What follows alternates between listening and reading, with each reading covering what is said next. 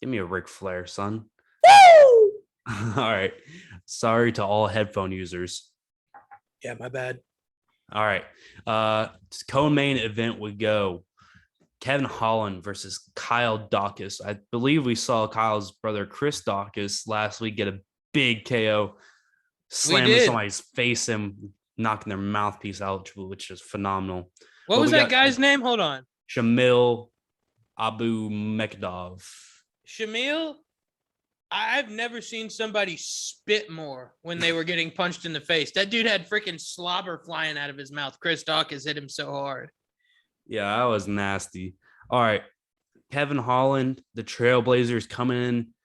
This fight's at the middleweight division, 185. He's coming at 6'3" with an 81-inch reach. Kyle Daukas is smaller than his brother, who's a heavyweight, coming at 186 with 6'3" with a 76-inch reach. This is going to trip up a lot of people. This is a minefield, especially on the gambling side. What do you say? I don't know. I disagree, man. I think this is pretty. I think Kevin Holland's getting back on the dub train here. I think Kevin Holland has had a pretty tough go of things, if we're being honest. The dude has fought Thiago Santos, Marvin Vittori, who just fought Adesanya, and Derek Brunson, who either will fight Adesanya next, or I believe he's signed on to fight Cannonier in that number one contender match, probably. Yeah. You know, we're talking about the top of the 185 division. And as Gage has already mentioned in this week's episodes, we're talking about some of the best wrestlers at 185. Kevin Holland, if you look at him, I mean, he got taken down and he got worked on the ground against Brunson. But he's also one of, I mean, I think 2 or 3 people, if not the only person. He took down Derek Brunson. He actually reversed Brunson a couple of times in that fight. So I'm not so out on Kevin Holland's ground game. He trained with DC and Khabib. He worked at AKA. For a little while. And then he's got Johnny Hendricks in his corner. He's got everything he needs to make himself figure out the wrestling. I don't think Kyle Daukas is nearly as good of a wrestler as Vittori or Brunson. And I think Kyle Daukas is pretty hittable. So if Kevin Holland can stay on his feet, I think he's going to reinform people of how good of a striker he is. Yeah, definitely. Kevin Holland is definitely a great striker, and that's what really got him to prominence last year in the first place, right? But when you look at Kyle Daukas, he has like 10 or 12, freaking submission wins on his record, although be it outside the UFC.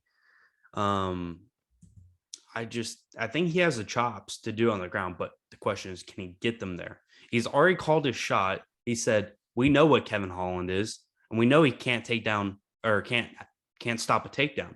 So he already knows what he's going to do. He doesn't want to stand up on the feet with him. And the question is, will Kyle Daukas be able to get him to the ground, which will be interesting.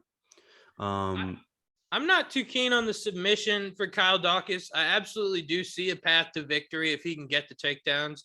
But Kevin Holland's a black belt himself, and he's got pretty freaking phenomenal cardio, if we're being honest with each other. So I think 3 rounds favors Kevin Holland a little bit because he's been in a couple of 5-rounders in a row. And not to say he hasn't proven himself, but kind of hasn't proven himself. So I think this one will be interesting. I think it is. I mean, I'm going to go on the safe side. I'm going to say Kevin Holland's going to get the dub on this one just because I am unsure of Kyle Daukas' skill sets right now in the wrestling department. I know what his game plan is. I know if he gets it to the ground, he can win it. But can he get it there without taking damage? I mean, Kevin Holland, he knows what he's done wrong. And he's had the whole year, basically. He's had 6 months to fix it, yeah. Yeah, well, and he's been working on it for over, the whole year, right? Yeah. Leading up to the Cannonier, leading up to Vittori, he knows. So I'm going to stay away from this one, honestly, but I'm going to take Kevin Holland. I I just mean let's flip to the odds real quick because I'm looking at them and I think, excuse me, that minus 139 for Kevin Holland is actually pretty good value for taking a favorite on this card.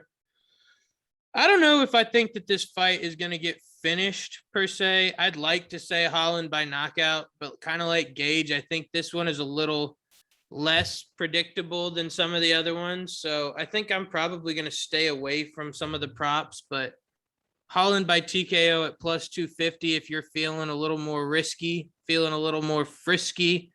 But I don't even know if this might go to decision. I mean, Kyle Daukas is a tough guy, but on the flip side, Kevin Holland hits pretty fucking hard. So Yeah, I'm not going to make any predictions here because I don't know. And I'm just giving my honest thoughts here. So Kevin Holland, a money line for me.